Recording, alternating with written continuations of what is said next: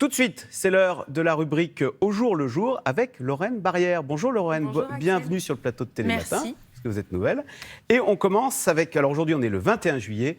Alors évidemment, le 21 juillet, c'est une date mythique dans la conquête spatiale. Et oui, hier, Sophie, vous parlez des premiers pas sur la Lune de Neil Armstrong. Et moi, j'ai décidé de vous parler d'un autre symbole de la conquête de l'espace par les États-Unis, celle des navettes spatiales. Car le 21 juillet 2011, la navette Atlantis achève sa dernière mission après 30 ans d'exploitation. C'est la fin d'un cycle pour les États-Unis. Alors, les navettes spatiales, ce sont ces appareils qui ressemblent à des avions et qui, contrairement aux fusées, peuvent aller plusieurs fois dans l'espace, notamment pour faire des allers-retours entre la Terre et l'ISS. On parle même de fusée taxi. Alors depuis 2011, c'est l'Europe, la Russie, la Chine, le Japon et les États-Unis qui se chargent de ravitailler la Station spatiale internationale avec des modules cargo lancés par des fusées.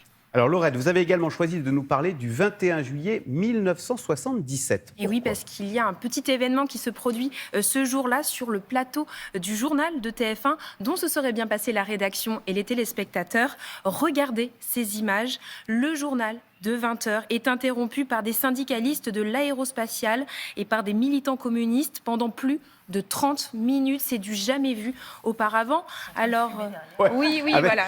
On voit Roger Giquel, c'est bien, avec son clope. Exactement, Axel, oui, on est en 1977, donc on fume sans souci sur les plateaux télé. Alors, ces travailleurs, ils tentent de faire pression sur le présentateur Roger Giquel pour qu'il lise un communiqué. Ils réclament que le Concorde atterrisse à New York. À l'époque, il y a un véritable bras de fer entre les États-Unis et la France. Et finalement, la liaison, elle se fera le 22 novembre 1977, soit 4 mois après ce sitting. Et je voulais vous montrer aussi un autre visage. Regardez, est-ce que vous le reconnaissez? Vous allez le voir dans quelques instants. Ah bah oui, ah, voilà. c'est écrit. En plus, on est aidé, on a un indice sur l'écran. Bruno Mazur, 29 ans à l'époque, il présente le journal de la nuit et c'est lui qui annonce que TF1 porte plainte. Bruno Mazur, il a été le présentateur ensuite du journal de 20h de TF1 et puis après sur France 2. Alors Lorraine, on poursuit avec un anniversaire. Et oui, je vous donne tout de suite un indice. Écoutez. Je pensais que vous alliez être plus rapide. On n'est pas bon en musique, Axel et moi. C'est qui ça? Eh bien, c'est Charlotte Gainsbourg. Ah là là, et oui, oui, on avait besoin de la voir. Ah voilà, c'est ça. Et oui, Charlotte Gainsbourg, c'est la fille donc de Serge Gainsbourg et de Jane Birkin. Elle est née à Londres en 1971, le 21 juillet 1971. Elle fête aujourd'hui ses 51 ans. Bon anniversaire à elle.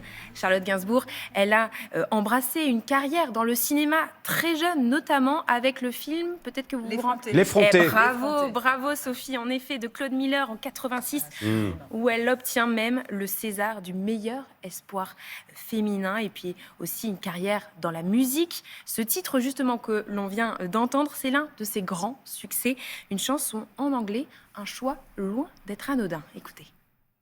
Les mots avaient trop de résonance par rapport au texte de mon père et je critiquais trop. J'étais très coincée avec les textes français. J'avais l'impression que je ferais que moins bien que lui. Alors Lorraine, pour terminer, une idée pour le week-end. Et oui, j'ai décidé de vous emmener à Chenonceau, à la découverte du magnifique château. Vous allez voir ces images, ce château. Chenonceau. Oui, bien sûr, ce château qui domine le Cher. Regardez des images de drones fournies par l'Office de tourisme de la ville.